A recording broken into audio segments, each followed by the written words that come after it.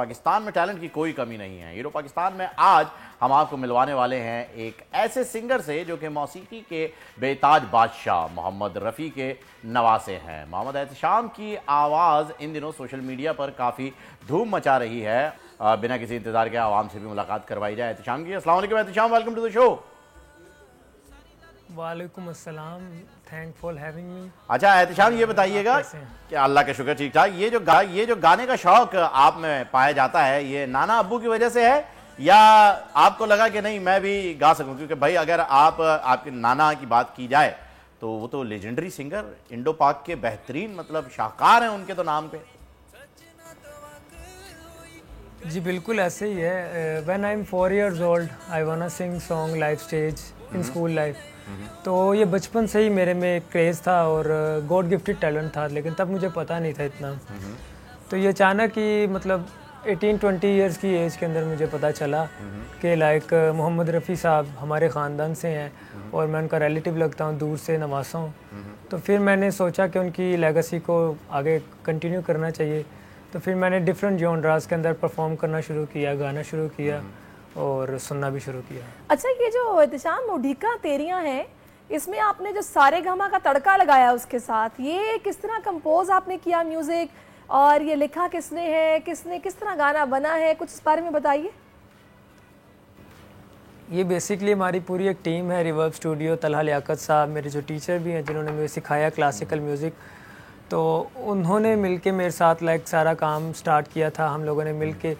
तो सरगम का जो तड़का है वो बेसिकली उन्होंने ही स्टार्ट किया और उन्होंने बताया, उन्होंने ही लगाया इस गाने के अंदर। और ये गाना एक ज़रा चैलेंजिंग सॉन्ग था मेरे लिए, क्योंकि फ़र्स्ट टाइम एक थोड़ा सा पंजाबी टच के अंदर गाना था और मैं बेसिकली एक classical semi classical pop rock वाला सिंगर था, तो प्लेबैक वर्जन में मैं गाता था। लेकिन ये फ़र्स्ट टाइम मुझे उन्होंने एक चैलेंजिंग सॉन्ग दिया था जिसके अंदर मुझे यानी और ये चैलेंज आपने बड़ा बखूबी जो है वो निभाया है। बेहतरीन आपने जो है ये गाना गाया और अच्छी आवाज़ के साथ। मुझे ये बताइएगा कि आपने बताया रफ़ी साहब आपके दूर के जो है वो रिश्ते में नाना लगते हैं, तो ये रिश्ता कितने दूर का और कितना नज़दीक है, थोड़ा इसके बारे में बताएं। क्योंकि उनका ताल्लुक इंडिया से है, आप पाकिस्तान में हैं, तो ये किस तरीके से जो है ये रिलेटिव्स के जो है हिजरत हुई? उसका ये सीन है कि मेरी जो नानी अम्मी है उनके फर्स्ट कज़न थे, ताया के बेटे। अच्छा। और वालदा साहिबा के मामू लगे उस लिहाज से। तो उस लिहाज से मेरे दूर के नाना लगे, क्योंकि जब वो पाको हिंद का जो सीन था, जब लाइक पार्टीशन हो रही थी, तो उन दिनों में लाइक मेरी नानी पीछे से पंजाब अमृतसर की थी रहने वाली, तो वहाँ से लाइक उनका एक जर्नी स्टार्ट हुआ था गाने का सिलसिला।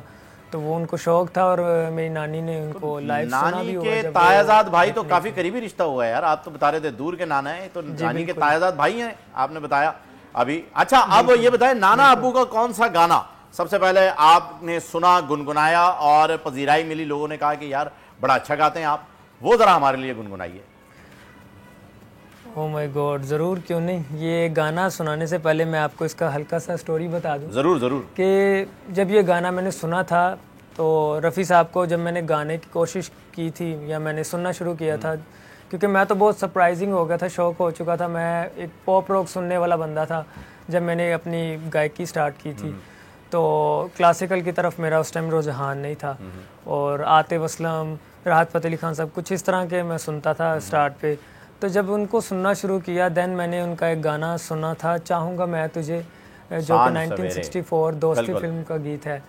तो वो उसको सुन के मैं बड़ा ज़ारो कतार रोया था कि हो सके तो अल्लाह ताला से दुआ कर रहा था कि मुझे भी कुछ परसेंटेज वैसी खुशबू, वैसा जायका गाने का अगर शोहरत मिल सकती है, कुछ परसेंटेज। मैं कभी भी वैसा नहीं बन सकता, ही जब biggest legend in the world. बड़प्पन है आपका, तो बहुत अच्छी बात कर रहे हैं। सोनू निगम ने भी यही कहा है कि रफ़ी साहब जैसा कोई दोबारा आ नहीं सकता। आप सीख रहे हैं कहीं से, तो बताइए। ये तो समुंदर है गायकी का, इसको तो सीखना, जितना सीखना चाहिए उतना ही कम है। तो मैं सीख रहा हूँ अभी तक, तो सीखता ही रहूंगा। अच्छा, गाना नाना का था लेकिन गाया आपने अपने अंदाज में, क्योंकि इसके एंड में जो आपने मुर्खियां ऐड की हैं वो नाना के गाने में नहीं थी। जी बिल्कुल, वो कुछ अपना ट्राई किया, कोशिश की कि नहीं अच्छा है उसको थोड़ा सा आपने क्लासिकल और सूफी टच देते हुए जो मिक्स किया है वो अच्छा किया और वाकई बहुत ही जबरदस्त। अब ये उड़ीका तेरियां के अलावा भी पाइपलाइन में मौजूद है कुछ गाने, और कब आ रहे हैं, कैसे आ रहे हैं, कुछ बताइए। जी बिल्कुल, मेरा एक एल्बम आ रहा है और एक सिंगल इन्हीं दिनों में एक रिलीज़ हो रहा है जो कि इंडिया के इंटरनेशनल लेबल से रिलीज़ हो रहा है। 3 साल पहले वहाँ से एक गाना रिलीज़ हुआ था बारिश की बूंदें, जो ऑडियो में था लेकिन काफ़ी वायरल हुआ था। तो वो मेरा एक इंडिपेंडेंट फर्स्ट डेब्यू सॉन्ग था। वाकई आपकी आवाज़ जो है वो एक प्लेबैक सिंगर वाली आवाज़ है, इसमें कोई शक नहीं है कि आप भी नाना की तरह जो है वो बहुत सारे लोगों की आवाज़ बन सकते हैं। तो कुछ इरादा है आपका मूवीज़ की जानिब आने का? कोई ऑफर हुई या आपने अप्रोच किया हो खुद से? अभी दोनों तरफा काम चल रहा है, अप्रोच भी कर रहे हैं और ऑफर एक जगह पे हुई है जो कि इंडिया की एक फिल्म के अंदर मैंने अपना एक गाना भेजा तो होगा, लेकिन अब वो पिक्चराइजिंग के लिए एक्टर एंड एक्ट्रेस ढूंढ रहे हैं। अभी वो फिल्म की स्टोरी कंफर्म की जा रही है। और दूसरी तरफ पाकिस्तान में इफ्तिखार ठाकुर साहब हैं और दूसरे अदर आर्टिस्ट हैं जिनकी फिल्म्स के लिए और ड्रामा सीरियल्स के लिए OST के लिए अप्लाई किया हुआ है। इंशाल्लाह मेरा बेसिक एम भी एज अ प्लेबैक सिंगर ही काम करना है, तो मे भी इंशाल्लाह इन फ्यूचर। तो एहतिशाम, अभी जो आपकी एल्बम आ रही है, जो सोलो गाना एक आ रहा है, वो किसने लिखा है, उसके बोल किसने तहरीर किए हैं, कुछ बताएंगे उन चीज़ों के बारे में? बेसिकली मैं खुद एक लिरिसिस्ट, कंपोज़र और एक सिंगर भी हूँ, तो सब काम खुद ही करता हूँ। लेकिन जो सिंगल लिखा है वो मेरे टीचर ने ही लिखा है, तला लियाकत साहब ने। उनको एक ख्वाब में एक आमद हुई थी। वो गाना एक ऐसी चीज़ है कि जिसमें इंसान किसी भी रिश्ते को याद कर सकता है कि जिसके पास कोई रिश्ता नहीं है, माँ बाप, बहन भाई, बीवी, दोस्त, कुछ भी नहीं है इस दुनिया में, तो वो अगर अकेला है तो उस अकेले को उस गाने से बहुत कुछ रिवाइंड हो सकता है पिछला। तो वो एक सिंगल है जो रिलीज़ होने जा रहा है। उसके अलावा जो मेरा एल्बम है ख्वाब नाम का, वो मैंने खुद सारा लिखा है और ख़ुद सारा कंपोज किया है, तो उसकी वीडियोस पे काम चल रहा है। वो 2024 में इंशाल्लाह रिलीज़ होगा। चलिए, आखिर में कोई पैगाम देना चाहेंगे पाकिस्तानी अवाम को?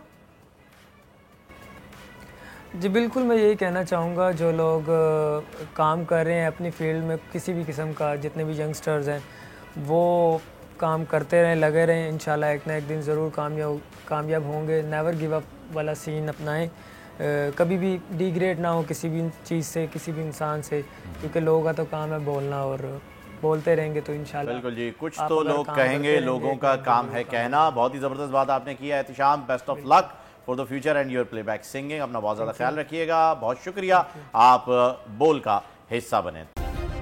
सब्सक्राइब करें और बेल दबाएं ताकि कोई खबर रह न जाए।